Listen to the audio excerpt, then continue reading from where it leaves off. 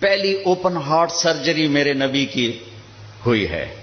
تو open heart surgery ہو سکتی ہے، میرے نبی نے سوچ دی. وہ تو ہم زوال کا شکار ہوئے تو اور لوگ ہم سے لے گئے، ورنہ اوپن ہارٹ سرجری کا پہلا تصور میرے نبی کے سے شروع کیا گیا ہے کہ جب آپ کو معراج پہ لے جانے لگے، ام ہانی کے گھر سے آپ کو جبریل نے لیا اور حتیم میں آئے. حتیم وہ چھوٹی وال دیوار ہے جو بیت اللہ کے ساتھ، اس میں ایک خالی جگہ. یہ بیت اللہ کا اندر ہے. جب ہمارے نبی 35 سال کے تھے تو قریش نے سوچا کہ بیت اللہ بنائیں، وہ سیدھا ہو گئے تو وہ مستطیل تھا، لمبا زیادہ چوڑا تھوڑا. ابراہیمی بنیادیں. یہ طے کیا کہ حلال کمائی سے بنانا ہے، حرام سے نہیں. اچھا وہ پیسے اتنے بنے کہ یہ چوکور بنا اور اگلا حصہ رہ گیا تو کہنے لگے بس بھائی جتنا ہے اتنا ہی بناؤ. تو وہ چوکور بنا کر اوپر چھت ڈالی اور یہ حصہ چھوڑ دیا کہ جب پیسے ہوں گے تو ہم یہ بیچ میں شامل کر لیں گے. یہ اللہ کی حکمت تھی، نہ پیسے ہوئے نہ وہ شامل ہوا، تاکہ غریب لوگ بھی اگر بیت اللہ کے اندر نماز پڑھنا چاہیں تو وہ جگہ ہے جہاں اگر آپ اندر ہیں.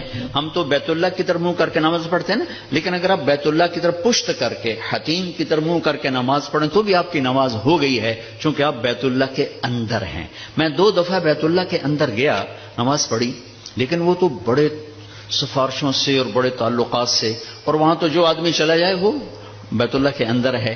تو آپ کو حتیم میں لے جایا گیا. اب آپ کو بے ہوش نہیں کرنا. یوں جبریل نے ہاتھ مارا، سارا سینہ کھل گیا، آپ دیکھ رہے ہیں، اور اس نے دل کو باہر نکالا تو دل سارے جسم سے جدا ہو گیا. اور اس کے میرا بھائی ہارٹ اسپیشلسٹ ہے تو میں اسے سنتا رہتا ہوں، باتیں گھر میں ہوتی رہتی. اچھا نکالا، پھر اس کو زمزم کا پانی ایک ٹپ میں تھا، اس میں دھویا، اس کو دھویا، دھوتے رہے اور آپ دیکھ رہے ہیں. اس کے بعد ایک آسمان سے لائے تھے، وہ پورا نور کا ایک بھرا ہوا برتن تھا، پھر وہ سارا نور آپ کے دل میں انٹر کیا. پھر اس کو بند کر کے پھر لگایا، ساتھ ہی دل سر ہر رگ سے جڑا، پھر سینے کو ملایا ہاتھوں سے، پھر یوں ہاتھ پھیرا. تو اب جن کی ہارٹ سرجری ہوتی ہے، اب دیکھیں یہاں کتنے بڑے بڑے ٹانکے لگے ہوتے ہیں، لیکن آپ کے سینہ مبارک پر کوئی داغ نہیں. یہ پہلی اوپن ہارٹ سرجری میرے نبی نے معراج کے واقعے میں امت کو دیا ہے اشارہ. تو ہم نکھٹو نکلے تو اور لوگ ہم سے یہ سب کچھ لے گئے. سب سے پہلی ہارٹ سرجری 4 سال کی عمر میں ہوئی، جب آپ حضرت حلیمہ کے پاس تھے اور آپ بکریاں چرانے جایا کرتے تھے. تو آپ کے بھائی رضائی بھائی وہ دوڑے آئے کہ میرے بھائی کو 2 بندوں نے قتل کر دیا. تو حلیمہ بھاگی ہوئی آئی تو آپ دیکھا آپ پریشان بیٹھے تھے. تو حضرت حلیمہ نے پوچھا بیٹا کیا ہوا؟ کہ 2 آدمی آئے تھے، مجھے لٹا دیا، میرا سینہ کھولا، میرا دل نکالا، پھر اس کو صاف کیا، پھر میرے دل میں، پھر میرے سینے میں دوبارہ فٹ کر دیا. یہ پہلی ہے. اور پھر معراج پر جانے سے پہلے دوبارہ اوپن ہارٹ سرجری ہوئی ہے. پھر براق کا آنا، تیز رفتار سواریوں کا تصور میرے نبی کے ذریعے سے ہمیں ملا کہ ایسی سواریاں بنائی جا سکتی ہیں جو مہینوں کا سفر گھنٹوں میں طے کر دیں. جب آپ نے اگلے دن فرمایا کہ میں گیا تھا بیت المقدس تو قریش کہنے لگے ہم تو 1 مہینہ مسلسل چلتے ہیں اور پھر وہاں پہنچتے ہیں، تم 1 رات میں کیسے کہہ رہے ہو گیا بھی اور آیا بھی؟ تو براق ایک سواری ہے جس کی تیز رفتاری سے ایک پیغام میسج امت کو گیا کہ اگر تم اس کائنات کے علوم تک پہنچ جاؤ تو تم تیز رفتار سواریاں بھی بنا سکتے ہو. 650 کلومیٹر فی گھنٹہ کی رفتار سے جاپان نے ٹرین بنا لی. آپ کو ام ہانی کے گھر سے اٹھایا گیا، حضرت علی کی بہن، ان کے گھر میں آپ تشریف فرما تھے، اور سیدھا بھی اللہ لے جا سکتے تھے، سیدھا بھی لے جاتے، لیکن مکہ سے بیت المقدس لے جانے میں یہ اعلان تھا کہ اب بیت المقدس بھی مکہ کے تابع ہو گیا ہے، اب یہاں کا قبلہ بھی بیت اللہ ہو گیا ہے، یہاں جتنے نبی آئے وہ سب آپ کے تابع ہو گئے، لہٰذا وہاں پہلے سارے انبیاء موجود ہیں اور سب انتظار میں ہیں. اور آپ پہلی صف میں کھڑے ہوتے ہیں تو سب ایک دوسرے کو دیکھ رہے ہیں کہ اب امامت کون کرائے گا. تو جبریل آپ کا ہاتھ پکڑ کے آپ کو مصلی پر کھڑا فرماتے ہیں، آپ 2 رکعت نماز ادا فرماتے ہیں، اور آپ کے پیچھے 1.25 لاکھ نبی نماز پڑھ کر یہ اعلان کرتے ہیں کہ ہماری نبوت آپ کے قدموں پہ قربان ہو گئی، اب ہمارے لیے بھی آپ ہی نبی ہیں، ہمارے لیے بھی آپ ہی نبی ہیں۔ عیسیٰ سے لے کر آدم تک تمام انبیاء کو وہاں کھڑا کیا گیا، تو آپ کا سینہ مبارک چاک کیا، اسی کرتے آپ تہمت پہنتے تھے، شلوار زندگی میں ایک دفعہ پہنی اور اسے پسند فرمایا، لیکن عام آپ کا لباس تہمت تھا، کوئی خلائی لباس کی ضرورت نہیں پڑی آپ کو، وہاں سے اٹھایا، راستے میں واقعات ہیں، ایک جگہ آپ کو اتارا، کہا یہاں نماز پڑھیں 2 نفل، کہ یہ کون سی جگہ ہے؟ کہ یہاں آپ ہجرت کر کے تشریف لائیں گے، مدینے میں اتار کے 2 نفل پڑھائے گا، پھر چلایا گیا کہ یہاں 2 نفل پڑھیں، کہ یہ کون سی جگہ ہے؟ کہ یہاں آپ کے دادا ابراہیم کی جائے پیدائش ہے، پھر چلایا گیا، تو آپ جب مصر کی طرف سے بیت المقدس کی طرف آ رہے تھے تو آپ کو خوشبو آئی، خوشبو جنت کی، آپ نے کہا یہ کیا ہے؟ تو کہا یا رسول اللہ، فرعون کی ایک باندی تھی، باندی وہ ہو گئی تھی، موسیٰ علیہ السلام پر ایمان لائے، اس کی 2 بیٹیاں تھیں، ایک دودھ پینے والی، ایک ساتھ چلنے والی۔ جب فرعون کو پتا چلا تو اس نے ایک کڑاہ میں تیل ڈالا، میں واقعہ پورا سنا رہا ہوں، انہوں نے صرف اشارہ کیا تھا، نیچے آگ جلائی، جب وہ تیل کھولنے لگا تو اس نے اس باندی کو اور اس کی 2 بچیوں کو پکڑوا لیا، کہنے لگا مجھے رب مانو گی تو زندگی مبارک، اولاد مبارک، موسیٰ کے رب کو مانو گی تو پہلے تیری بیٹیاں تیرے سامنے جلاؤں گا، پھر تجھے جلاؤں گا۔ یہ مائیں بیٹھی ہیں، انہیں زیادہ پتہ ہے کہ اولاد کی محبت کیا ہوتی ہے، اور اللہ نے اپنی محبت کو ماں سے تشبیہ دی ہے، باپ سے تشبیہ نہیں دی، اور اس کے سامنے 2 بچیاں جلنے کے لیے حکم ہو چکا ہے، اور اس کا ایک بول اپنی بچیوں کو بچا سکتا ہے، اور یہ گھر میں جا کے کہہ سکتی ہے اللہ معافی دے دے، میں نے کلمہ کفر کہا ہے، میں اندر سے کافر نہیں، تو جائز۔ لیکن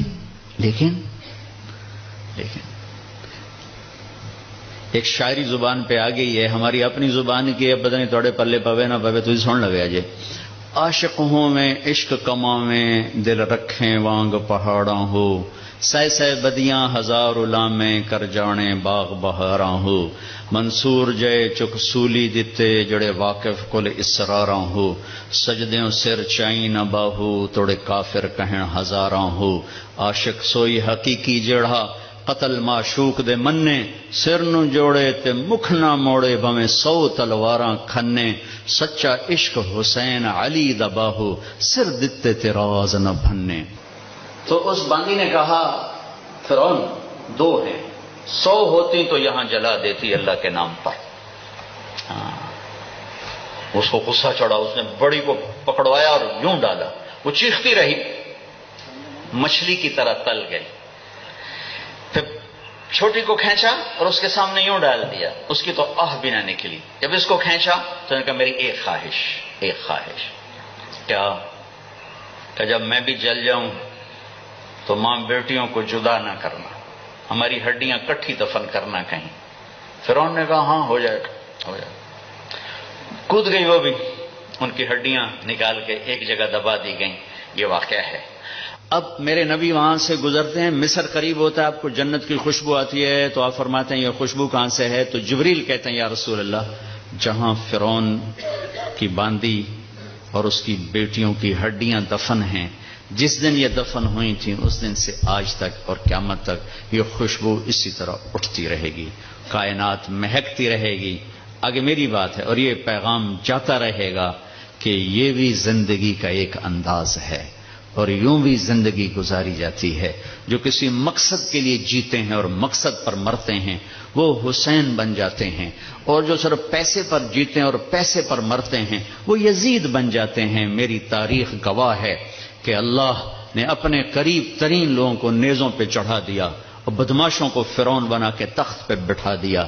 ہم کربلا، محرم آتا ہے تو ہم سب حسین کے لیے روتے ہیں، محرم جاتا ہے تو سب یزیدی لبادے میں ہوتے ہیں۔ یہ کون سی تعذیب ہے، یہ کون سا کمال ہے، یہ کون سا ایمان ہے؟ پھر آپ کو بیت المقدس اتارا گیا، براق باندھ دیا گیا، دنیا دارالاسباب ہے، نبی کو اسباب دیے گئے، سواری پر لایا گیا، سواری پر۔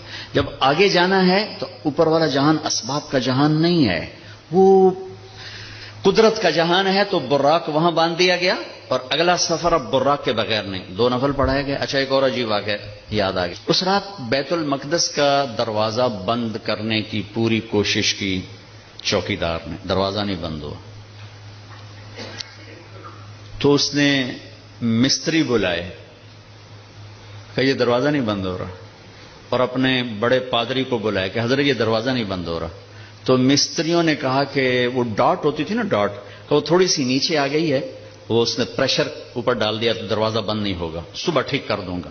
وہ جو بڑے پادری تھے نا، انہوں نے کہا بیٹا یہ ڈاٹ کا چکر نہیں، آج آخری نبی کی آمد ہے یہاں، یہ اس وجہ سے ان کے اکرام میں یہ دروازہ کھلا ہوا ہے، صبح خود ہی ٹھیک ہو جائے گا۔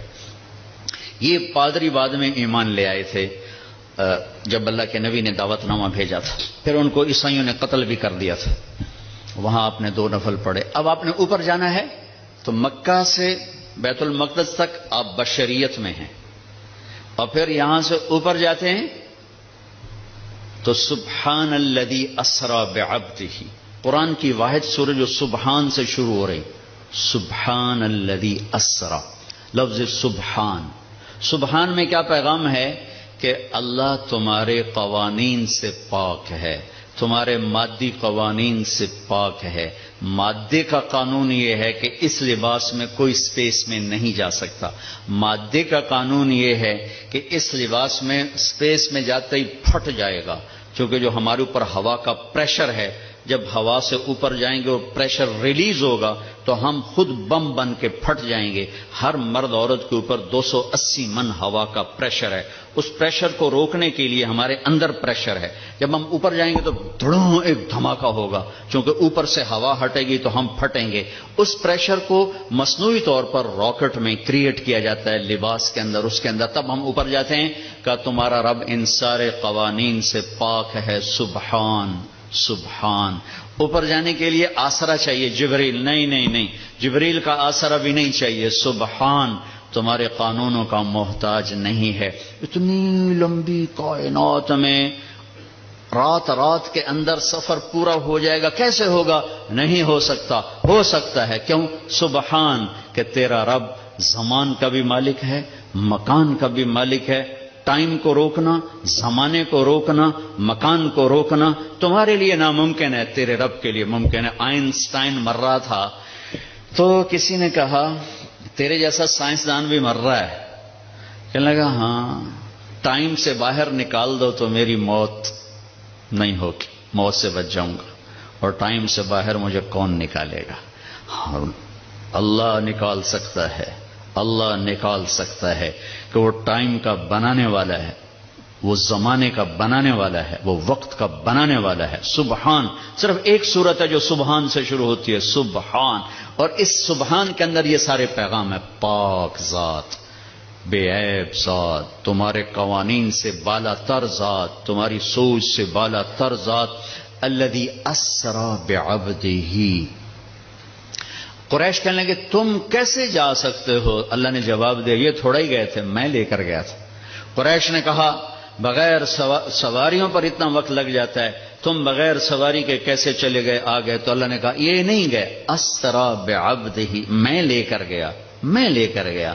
اور یہاں الف اور با کا جو جوڑ ہے، اسری اور بعبدہ، الف اور با، عربی گرامر میں اگر الف ہو تو با کی ضرورت نہیں، اسری عبدہ ہوگا، ٹھیک ہے؟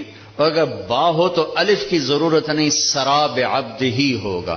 میری بات واضح ہوئی ہے نا؟ الف ہو نا، با کی ضرورت نہیں، اسری عبدہ، اور اگر با ہو تو الف کی ضرورت نہیں، سرا بعبدہ۔ یہ الف اور با کا جوڑ کیوں ہے؟ یہ بتانے کے لیے کہ میں اللہ خود اپنے نبی کو لے کر گیا، اور بعبدہ ہی میں کیا اشارہ ہے؟ اب لوگ کون ہو کہ جی ہم کسٹم والے، میں کون ہوں جی؟ یہ جی مسجد والے، یہ کون ہے جی؟ یہ جی کپڑے والے۔ تو اللہ کہہ رہا بعبدہ، یہ کون ہے؟ یہ میرا بندہ ہے، یہ میرا ہے اور میں ان کا ہوں، بعبدہ۔ اور الف اور با کے ساتھ اللہ فرما رہے ہیں کہ میں لے کر گیا، جبریل بھی نہیں لے کر گئے۔ اوپر کا جو آپ نے سفر کیا ہے وہ جبریل کا ہاتھ پکڑ کے نہیں، ان کے کندھوں پر بیٹھ کر نہیں، ان کے پروں پر بیٹھ کر نہیں، اللہ کی قدرت کن کے ساتھ آپ جبریل کے ساتھ گئے ہیں تو ملکیت کا لباس آپ کو پہنایا گیا اور اپنے ساری فضا